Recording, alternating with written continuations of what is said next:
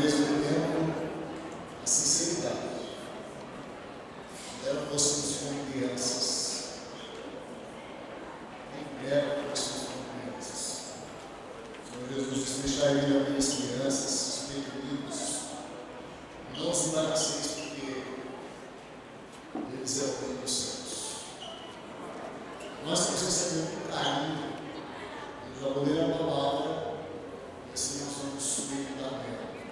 Mas nós estamos recebendo com carinho. É muito bom quando isso acontece no meio de nós, porque nós vamos acompanhando a juventude da igreja e descobrir que eles entram na universidade e saem. Louvado seja Deus, não é, Daniel? Está saindo da universidade, completando o seu curso de Direito, e depois nós vamos afixar lá no mural, para que os irmãos saibam a data de formatura dos demais formandos da turma 114 do curso de Direito da UFG. Sentem-se honrados em convidar a Vossa Senhoria e família para participarem das solenidades de sua formatura em Goiânia, janeiro de 2017. Daína Barreto de Oliveira, aula da saudade, culto ecumênico, oração de grau, 26 de janeiro de 2017. Muito bem, fica de pé, Daína. Aí, a gente vê, olha que bênção.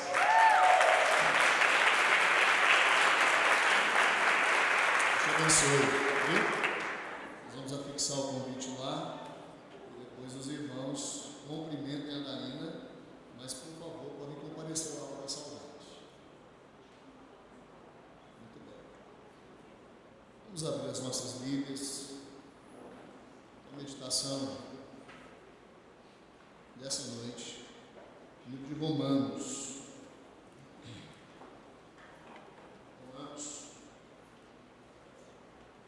Capítulo 1, versículo 20.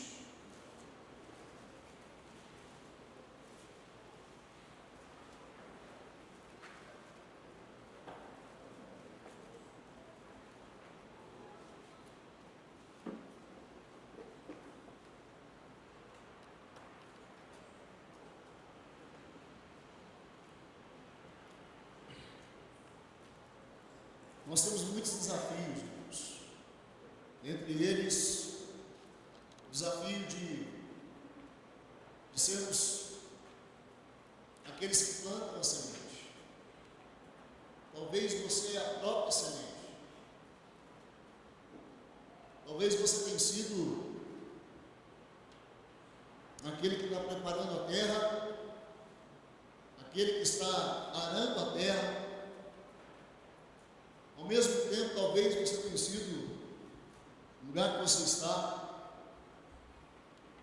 no trabalho, na repartição pública, no condomínio onde você mora, na sala de aula onde você estuda. Talvez você tenha tido a chance de anunciar o Evangelho, de ser semente viva, que anuncia o Evangelho do Senhor. Se nós temos um grande desafio, ou se nós temos desafios, um deles certamente, como é grande, é de sermos anunciadores do Evangelho. Não há nenhum outro fim para mim e para você mais importante do que glorificar o Senhor. E esse é o fim principal do homem: glorificar a Deus. Mas dentre ele está certamente a responsabilidade de anunciarmos o Evangelho de Deus. Hoje, certamente, o culto é uma parte daquilo que você já vive constantemente, diariamente. Paulo escreve talvez uma das cartas mais fantásticas que você pode ler nas Escrituras. na minha opinião, o livro de Romanos e alguns escritores dizem a mesma coisa. Há nas entrelinhas dessa carta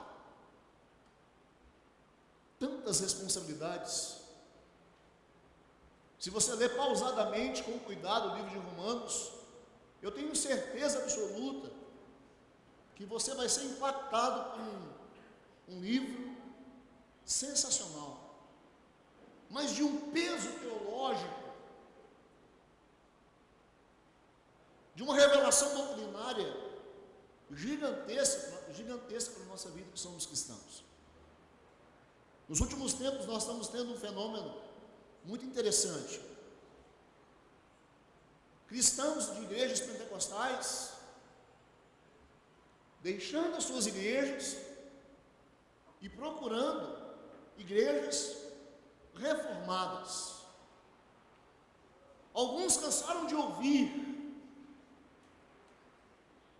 um evangelho deturpado. Alguns cansaram de ouvir uma palavra que não os sustenta. E se eu pudesse indicar um texto para esses irmãos e tantos outros, dentro das próprias igrejas reformadas, para lerem, seria o livro de Romanos. Versículo 20, eu vou ler só esse versículo, mesmo assentados assim, mas com reverência à palavra do Senhor. A minha versão está na NVI, acompanhe, atento, se a sua versão não é essa. Pois desde a criação do mundo, os atributos invisíveis de Deus, seu eterno poder e a sua natureza divina têm sido vistos claramente, sendo compreendidos por meio das coisas criadas, de forma que tais homens são indesculpáveis.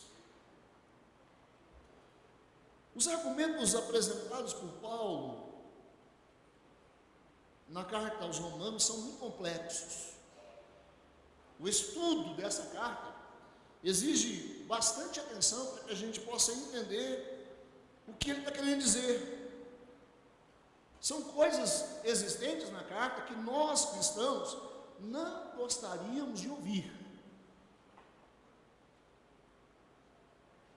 Quando nós estudamos essa carta, nós certamente somos fortalecidos, a nossa fé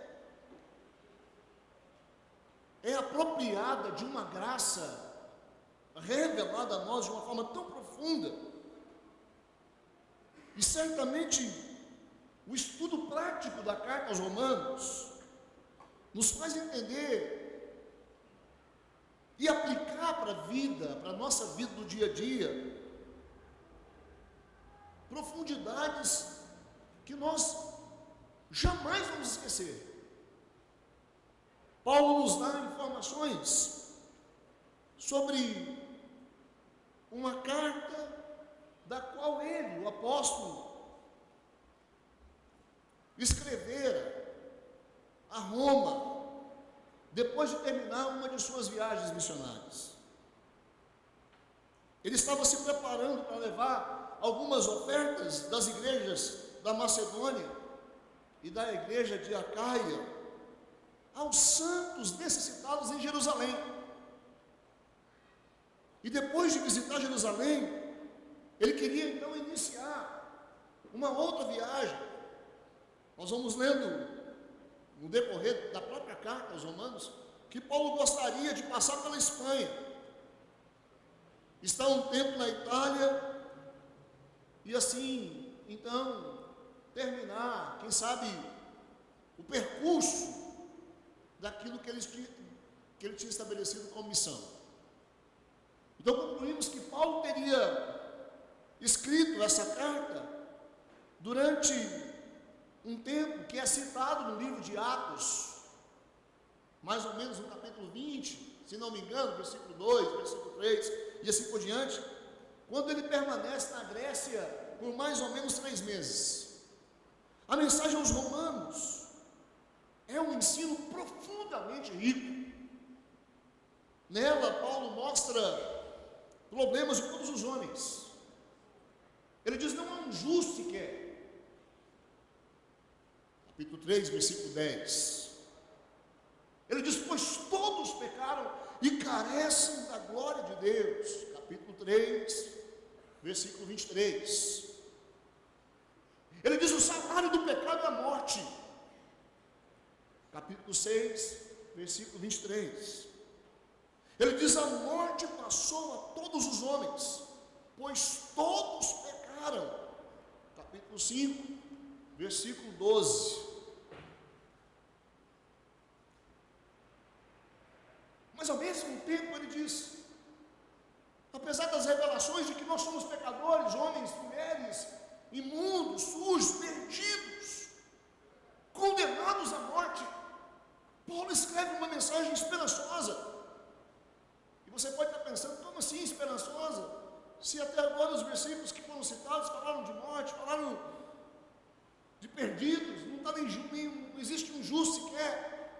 Ainda assim, essa mensagem é fortíssima, esperançosa e, posso dizer, não pessimista. Paulo escreve um evangelho onde ele revela um poder de Deus para todo aquele que nele crê. Todos os homens do mundo deveriam ouvir a revelação da palavra aos Romanos. Capítulo 1, versículo 16. Ele diz: salvação a todo aquele que nele crê. Ele diz: pecadores são justificados gratuitamente por sua graça. Versículo 3, capítulo 3, versículo 24 da carta. Ele diz: mas Deus prova o seu próprio amor para conosco pelo fato de ter Cristo morrido por nós, sendo nós ainda pecadores. Capítulo 5, versículo de número 8. Ele diz: o dom gratuito de Deus é a vida eterna em Cristo Jesus, o nosso Senhor. Não existe revelação mais profunda do que essa, irmãos. A carta aos Romanos anima os santos. Certamente animou os santos que estavam em Roma.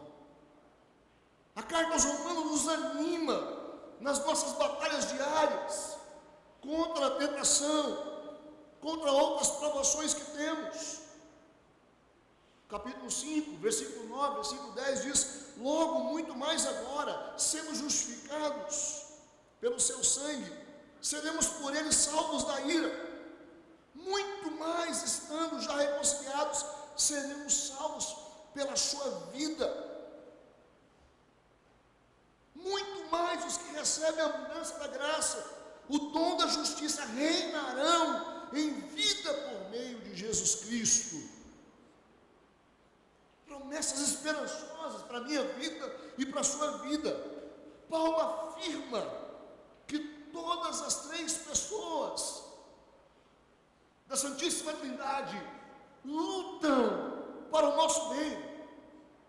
Ele diz: o mesmo Espírito intercede por nós. Capítulo 8.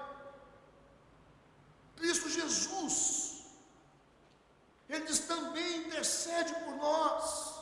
No versículo 34 do capítulo 8, ele diz: se Deus é por nós, quem será contra nós? Participação ativa de Deus em nossa salvação, nos levando a uma conclusão vitoriosa. Em todas as coisas, porém, somos muito mais do que vencedores por meio daquele que nos amou. Capítulo 8, versículo 37. Então, mesmo tratando de alguns fatos complexos, difíceis na carta, até para os próprios leitores daquela época entenderem, Paulo passa uma sabedoria tão gigantesca a respeito daquele que é o autor e consumador da fé. Ele diz: ó, profundidade da riqueza, da sabedoria, do conhecimento de Deus, quão insondáveis são os seus juízos, e quão inescrutáveis são os seus caminhos. capítulo 11, versículo 33. Como é costume nas cartas de Paulo, logo no final da carta, nos últimos capítulos, ele começa a fazer aplicação prática. E alguns princípios são apresentados para a nossa vida. Ele reconhece a grandeza da graça salvadora de Deus. Ele diz: nós devemos conduzir-nos como servos fiéis, mostrando reverência para com o Senhor. Ele diz: é a bondade de Deus para com os homens. Escutem essa mensagem. Se é um fato relevante nessa noite, e que nós precisamos sair daqui entronizados nele, é de uma carta que traz para a gente um princípio de vida cristã profundo, para vivermos imersos, para vivermos entregues, para vivermos dedicados às verdades do Evangelho. É uma semente que você precisa plantar.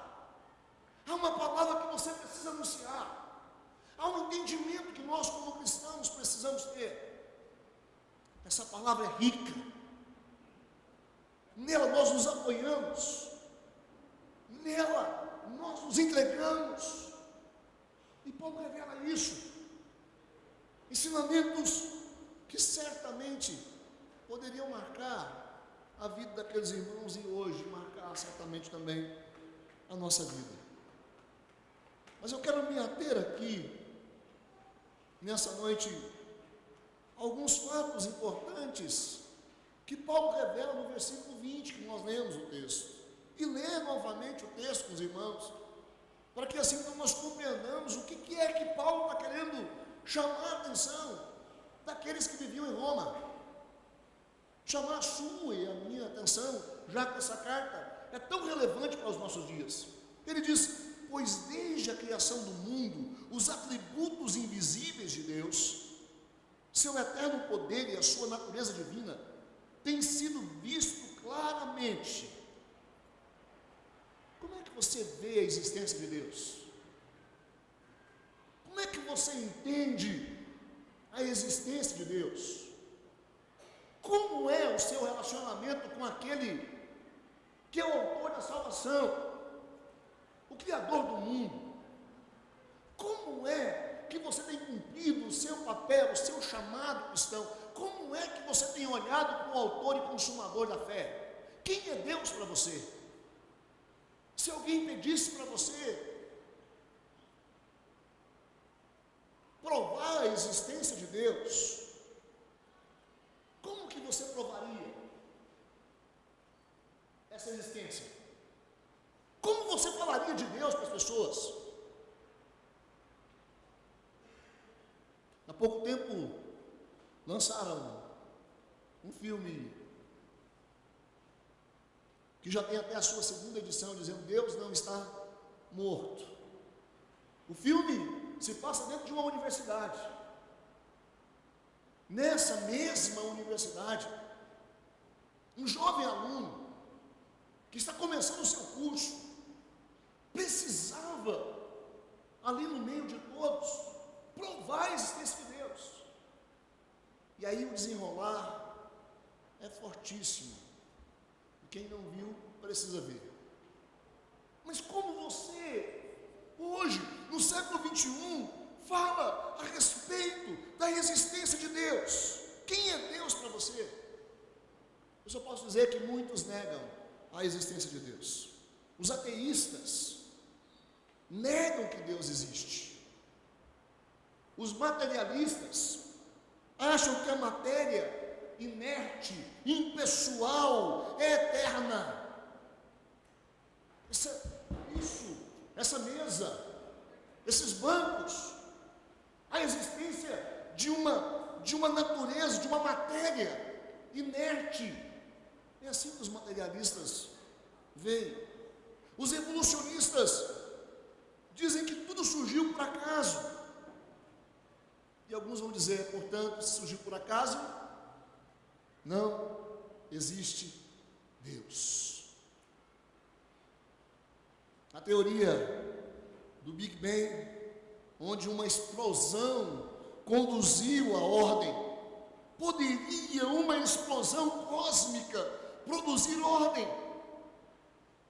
Poderia, irmãos, o caos produzir o cosmo? Mas são assim que os adeptos da teoria dizem. A teoria de Charles Darwin, onde a evolução das espécies e a sobrevivência do mais forte exclui, de certa forma, o Deus da existência. A teoria da evolução é ensinada nas escolas como um fato científico incontroverso. A Bíblia fala de mutação das espécies e não da transmutação, como nós lemos Gênesis no capítulo 1. Mas alguns insistem em dizer, é assim, é dessa forma mesmo. Outros vão pregar a teoria da morte de Deus. Deus morreu. Nietzsche afirmou, Deus morreu literalmente. Contudo, ele está morto. Criou a tese do super-homem, o que desembocou, irmãos, num antropocentrismo idolátrico, onde o homem nos nossos dias são idolatrados de certa forma. Quem é Deus para você? Como ele se revela na sua intimidade? O materialismo dialético pregado por um homem chamado Karl Marx, ele diz que o homem é o seu próprio Deus, e a ideia de Deus é uma projeção da mente humana. Nós projetamos. Não existe esse Deus que você está falando aí, não. Não existe esse Deus que se entrega na cruz.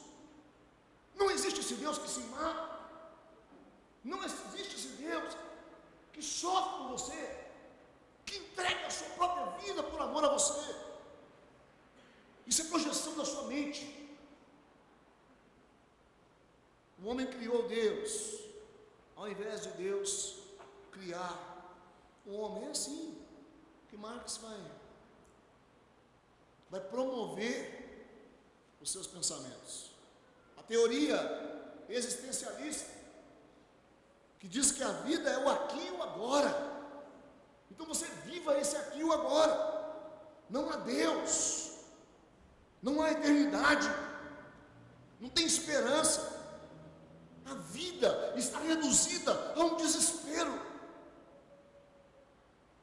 Sartre vai dizer que, um dos grandes patronos do existencialismo, ele vai dizer que a vida é uma piada sem graça.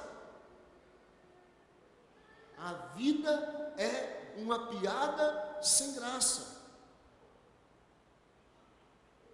Um homem chamado Julian Huxley, vai dizer que a ciência reduziu Deus simplesmente a um evanescente sorriso do gato no conto Alice no País das Maravilhas.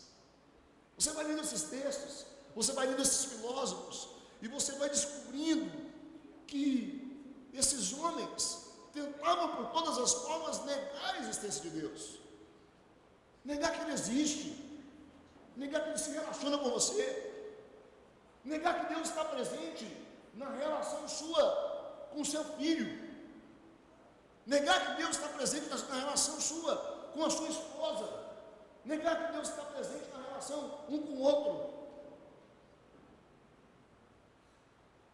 Quais são os efeitos então dessa cosmovisão, dessa visão do mundo que nós estamos vivendo, onde teorias e mais teorias, existencialistas ou não, dizendo que Deus é uma projeção da mente? Um homem chamado Francis Schaeffer, ele vai dizer em um dos seus livros, um livro chamado Manifesto Cristão, que é um bom livro para você ler. Ele diz que esse pensamento materialista não é ético do homem, é uma das principais causas da enorme incidência de crimes, de assassinatos, de estupros, de roubos, de promiscuidade da nossa sociedade. Ele diz, essa invenção que estão tendo por aí essa tentativa de reduzir Deus a um objeto humano, onde nós manipulamos. Dizer, ensine os homens que eles são animais, e com o passar do tempo, eles vão agir como animais. Eu não sei o que você está pensando. Eu não sei aonde estão agora as reflexões do sermão até aqui. Mas é assim que nós vivemos, irmãos. As teorias são passadas a cada um de nós, e nós vamos transformando as teorias da Bíblia,